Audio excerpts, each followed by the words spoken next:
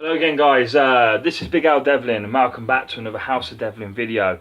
And today what I'm going to do is I'm going to be talking to you about what does fate mean to a Viking or a Nordic paganist. And it's a big question, it's a big question with a massive answer. And it's a question that I was asked by Celtic God in one of the videos that he did for me called Walking or Waking Death. Where he was explaining to me how someone can almost escape fate by refusing to die the day that they're fated to die in, because I believe Celtic paganism is very much like Nordic paganism. You're fated to be born a certain day and you're fated to die a certain day, and what you do in between those 2 days is kind of largely up to you. Now, that is strictly speaking correct, but in Nordic paganism it's far more complicated than that, and escaping that final fate is a lot harder perhaps for a Nord than it would be a Celt, because in Celtic mythology the goddess of death is seen as a merciful figure. And she will let you stay in the mortal realms if you really want to stay.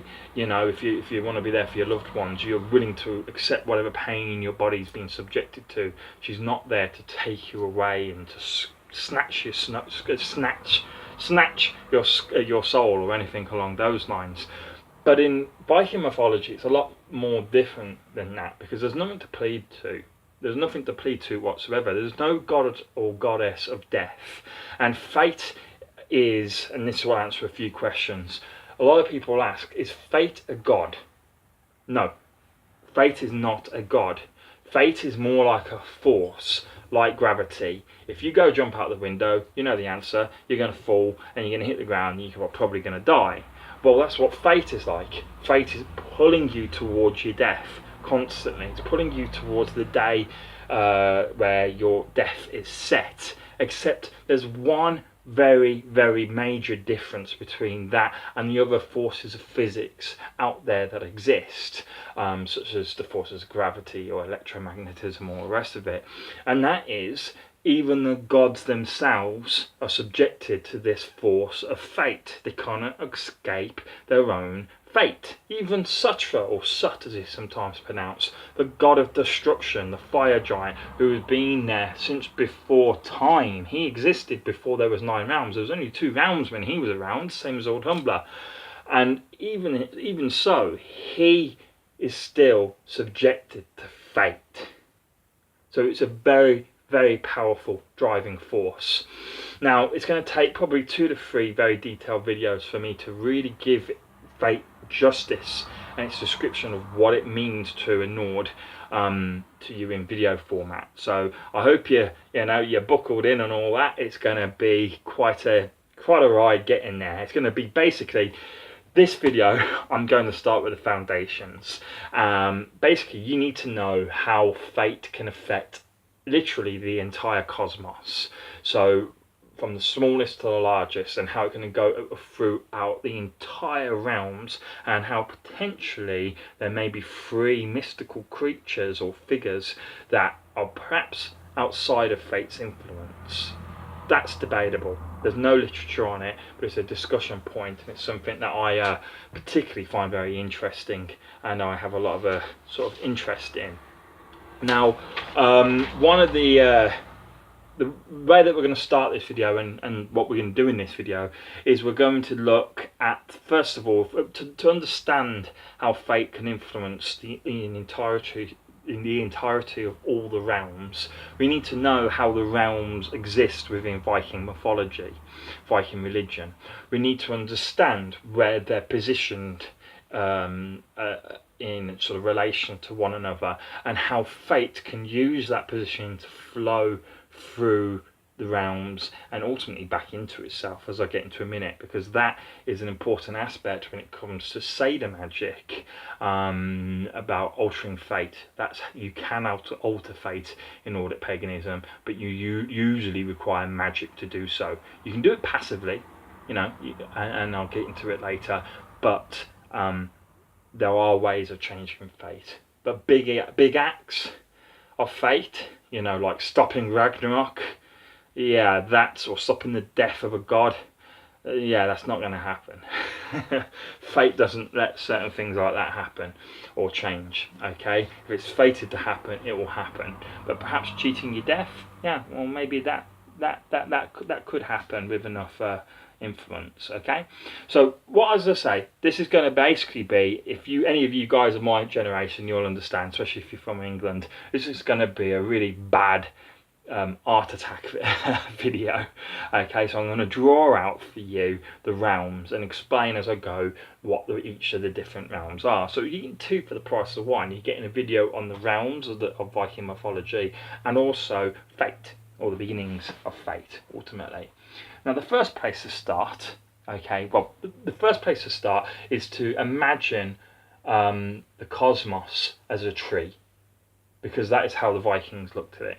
They saw the tree and all the different realms, the 9 different realms, as being a tree that is all connected together. Okay, Midgard was in the trunk of the tree, alongside a couple of the other realms.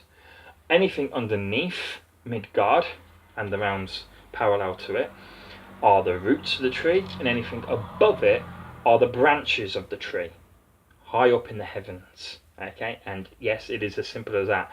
The ones in the branches are the heavens, the ones underneath in the roots are the hells, and the ones in the middle are kind of like, well, you know, sort of like people like, you know, Midgard and places like that. Okay, so what we're going to do is we're going to start right in the middle, because Vikings weren't much different to the rest of humanity. They put themselves right in the middle of the cosmos. Midgard is in the middle of the world tree, which is called Yggdrasil. Okay, I don't know if that's a matter of arrogance or whatever, but we are the centre of the universe in Viking creation. Now, surrounding Midgard, you have the oceans of Midgard, okay, which is that circle there. Okay, within those oceans, you have Jormungand. Jormungand was thrown into the oceans out of Asgard as a young baby, I suppose, a young fledgling god, because of his immense size and bestiality, and he just completely increased in size until he could literally surround the entirety of Midgard. Within the oceans of Midgard, he can completely surround Midgard and bite his own tail. He became huge, and it is actually Jormungand, when he rises from the sea and uses the poison in his fangs to poison the skies. Venom is that poisonous, it can poison the skies. That is the official starting point of Ragnarok, which is the Viking apocalypse. Okay, so just a little extra fact for you. Okay, so directly under Midgard, we have a place called Helheim. Okay, Helheim. Okay, and if you take the Heim off, you get Hell, and that's exactly what it is. It's hell, and it's ruled over by a goddess called, well, Hel. She actually took a name from that region, because much like Jormungand, she was thrown out of Asgard. She's one of the children of Loki, as was Jormungand. And when she was thrown into Helheim, she decided to take on the name of the realm as her own, and was known as Hel from then on in. And it's her job basically to take, well, basically what she was, it's not a job, she chooses to take the souls of all the men that none of the other gods want. So the craven men, the cowards, the liars, the cheats, those who are worthless, who are, you know, beggars and all the rest of it. She'll take all these nasty, horrible, or just luckless men when they die. She'll take their souls and she tortures them. Helheim was very much like the current hell that a lot of people believe in, fire and brimstone. It was not a nice place to be. And during Ragnarok, Hel attacks Asgard, which is going to be up here. She attacks Asgard with this army of the dead, the army of the souls of all these vicious, nasty men. Now, one of the things to note about Helheim is it's directly underneath Midgard and its oceans, and so that makes it one of the roots of the tree of Yggdrasil. So it's an essential realm. There's nothing inherently evil about it, it's just not a very nice place to be. It's who live there, the people who live there, that make it a particularly horrible place to be. Okay, next to Helheim, you have two other realms, both of which are roots of the tree of Yggdrasil. Jotun, and they are. Let me just write them out for you first before I go any further.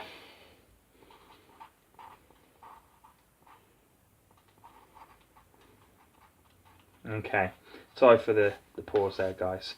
So next to Hel or Helheim, you have Svartalheim, and you have Jotunheim. Okay,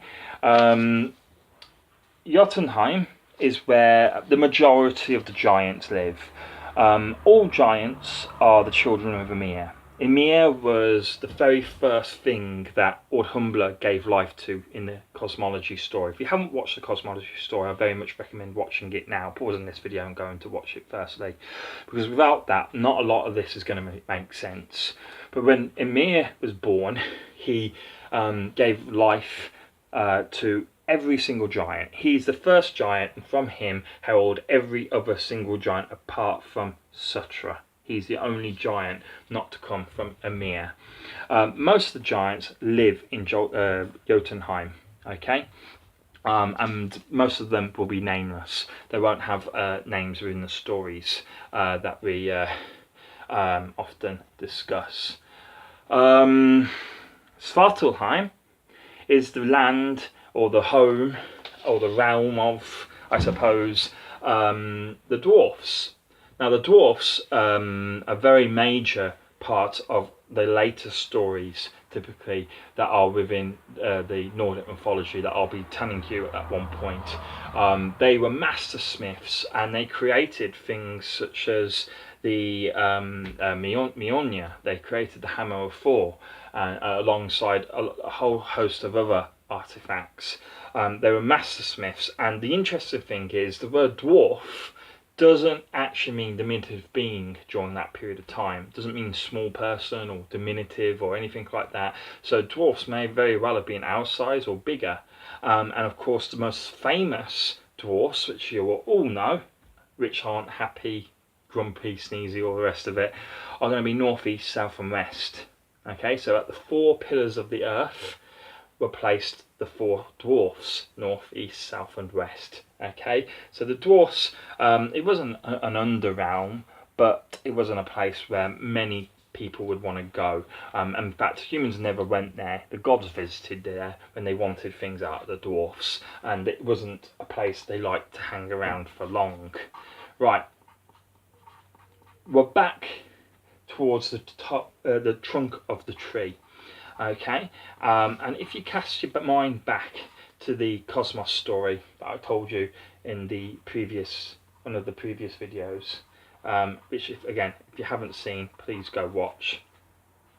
There are two other realms. There are two original realms that exist and are separated by Gununganap. Gununganap is just literally what lies at the edge of space. We don't know what's at the edge of space. That's what Gununganap is. It literally is nothingness. It's described in the Viking texts as a place where even silence doesn't exist. Literally, that's not the exact description of nothingness in many ways. And in between Gununganap separated Niflheim and Muspelheim, and that's where they're found. They're found within the trunk of the tree alongside Midgard. Okay, now all the gods, all the godlike beings that we concern ourselves with, now I'm sure there are some other creatures that exist that come from elsewhere, but all the major gods that we consider, certainly the Asgardians and that, and all the protagonists and all the bad guys, if you wish, during Ragnarok and that, herald either from Niflheim, it's hard to do it when you're not looking at a paper, either from Niflheim or Muspelheim. Now Niflheim is the land of ice, and people who create the gods that are created purely from ice tend to have a creative nature just by, as standard, so they tend to bring life into the world. Those creatures that are created from the fires of Muspelheim, or have been corrupted by the fires of Muspelheim, because this is where that character, that creature that I mentioned, Sut, he exists there, and he's pure destruction. He's essentially the god of destruction, and he existed before any of the other gods. The only other thing that existed before Sutra was Ardhumbla, which is there he is on me. Okay, now if you were basically, when the gods were created, they were created when these two realms interacted with one another. They expanded until Gununganak no longer existed, and they kind of billowed into one another. And when the ice started to melt to form water, and smoke was being released from, the fire being cooled down and all that, that's when you start to get life forming. That's an oversimplification, but that's essentially what happened. And during that time, if you were created or found purely within the ice realms, you tended to be a creature of creation, as I just said earlier. But if you were found from, say, ice that had been melted by the fires of Muspelheim, you would have a destructive element to you. It didn't mean that you were a bad person or going to be a bad god, but it meant that you had the capacity to do so, and you were more likely to do so than something made out of pure ice.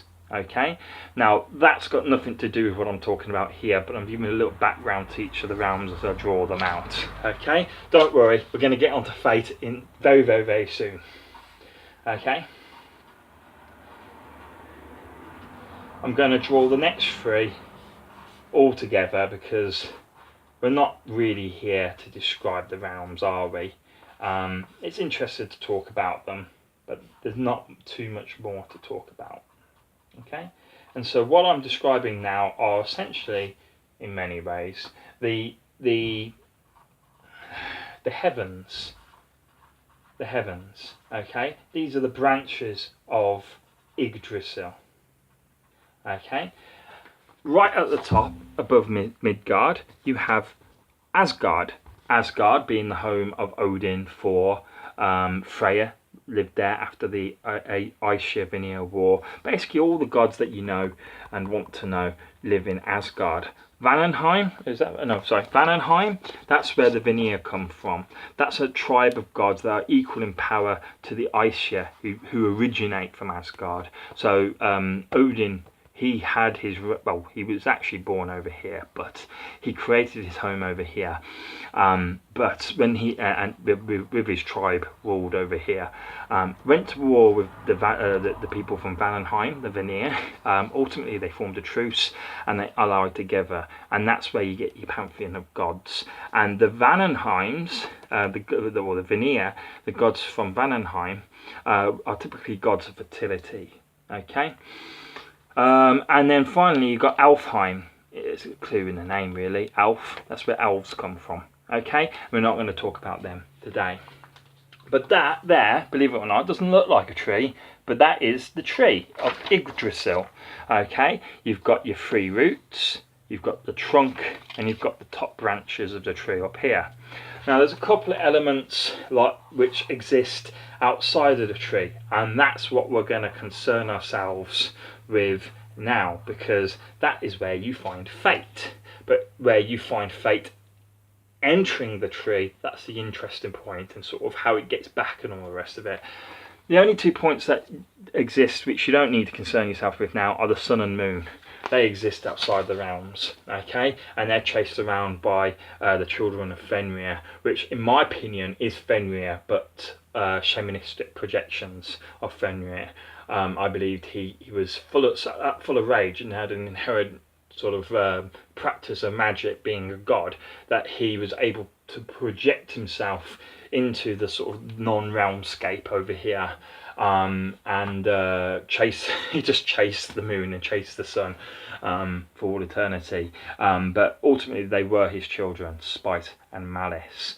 But in my theory, they're actually him. But we're digressing. What we need to look at is, where the hell is fate in all of this? Well, I've already told you, fate is not a god. Fate is not a sentient being. It cannot be pleaded with. It's got no emotions, no thoughts. It just is what it is. It's a force that controls both gods and men. but it does have its origins. Okay.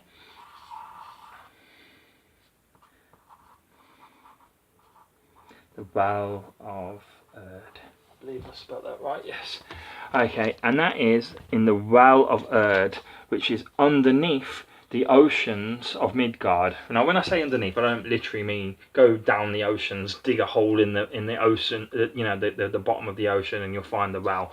I mean, it's in a space between Helheim and Midgard. It's in its own little pocket of reality, just underneath the reality sort of taken up by the oceans of Midgard. Okay, and in this well are all the waters that feed the tree of Yggdrasil and keep it alive, because the cosmos, even though this cosmos or Yggdrasil or this world tree is cosmological in nature, it still needs water to live, or it still needs something to live, and what feeds it is fate. Fate feeds the realms. Without fate, none of this would exist. Okay, and so it is taken up at the roots where the well is.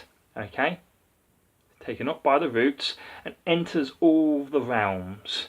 Enters all of the realms. So it comes up into the roots. So the roots are quite saturated, and then it goes into the trunk, and then eventually into the branches. Now, what happens when a tree takes in too much water, in this case too much fate, is that you can get, especially early on in the morning, dewdrops forming on the leaves of the branches, and that's exactly what happens with fate. It goes through the cosmological tree until it gets to the heavens, and the heavens literally leak fate. Little dewdrops of fate, if you wish, if you want to put it in that way. And the little leaks of fate go back down and they re-enter the Well of Erd. Now that's an important thing to understand, because we live in a world of linear progression, despite the fact, obviously we've got quantum mechanics and all the rest of it, so there are more complicated things out there than this, where there are cycles and everything. But for the average layman like you and me out there, we see time as not as, or space time. We don't see it as being distorted by black holes and that. We just see it as a progression of time. You're either 100 years ago, or you're 100 years in the future, or your present day. There's a past, there's a present, and there's a future. And these cannot interact as such, and it's a single line. Well, everything within Viking mythology is a cycle. If in doubt, just say it's a cycle. If you ever have an examination on what Viking mythology is about, just say cycles, because you've got the cycle of life. Don't want to sound like too much like Lion King, but you've got the cycle of life, where life is recycled. That is, when you die, yes, your spirit or whatever might go off to whatever afterlife is due for you, but your body then is there to give life to everything else around you. As you rot, plants will grow, animals will feed off your flesh, so on and so forth. You are giving life back to the world, in the same way that when you eat meat, that animal has given its life to sustain you and to keep you alive. When you eat plants, when you eat salads and stuff, those plants have died to sustain you. So death allows life to live, and it's that recycling of life through death that keeps everything going around. There's also a sort of recycling in time. Okay, for Vikings, there's a beginning, there's a middle, but there's no end. But there's no infinite time period either. You've got a beginning, a middle, and then when the end comes, Ragnarok, all that happens is kind of time gets bent, okay, and everything starts again. It forms a circle. So Ragnarok happens just basically as the circle is about to meet the start again.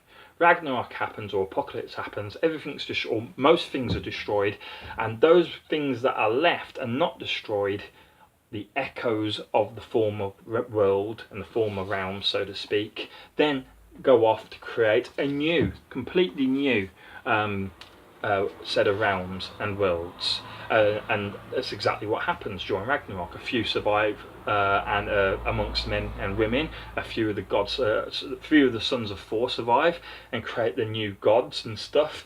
And it's all in this sort of image, but it's all slightly different at the same time. So you've got a cycle going on, And it's the same with fate. You've got a cycle. So you've got down here at the well, that represents the past. Anything in the well is something that's happened in the past, because at the well you've got three characters called the Norns. Okay, Norns. Okay, you've got the three Norns, and the three Norns, they carve your birth essentially into the tree of Yggdrasil. So anything that's born, be it God, be it man, woman, beast, whatever it is, will have had itself carved into the trunk or the tree of Yggdrasil. And from there, as the tree grows, so do you. You go up, and this is essentially a progression of time. Now, as fate leaks back, what happens is essentially that leak should be sort of constant, and nothing as a result will happen. But there can be certain stoppages. So if this was supposed to leak down here, but all of a sudden this stopped for 5 minutes, that can actually retrospectively change fate in the past. And so it can literally change what happened in the past. Forgive my dog.